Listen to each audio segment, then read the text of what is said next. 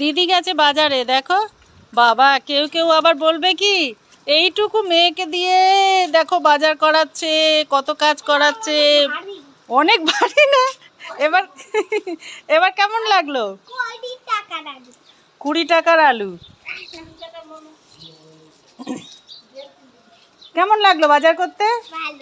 ভালো লাগলো। হ্যাঁ, তা দিদি এইরকম যে 365 দিন করে, তো কেমন লাগে দিদির বলো? দাও আলুটা বাবাকে দেখাবো, এবার তোমরা দেখো। এবার থেকে বাজার ও করবে? হ্যাঁ। বাবা, তবে তো আমার আর কোনো চিন্তা নেই, হাতগুলো একটু আসান হবে। আমি এরকম ঝুলিয়ে, রান্নাটা তোমাকে করতে। হ্যাঁ রান্না আমি করবো। তবে আমাদের কি ভাগাভাগি হয়ে গেল? একজন বাজার করবে, একজন রান্না করবে, আর আরেকজন টাকা দেবে। বাসন ধোবে। আমি বাসন ধোবো।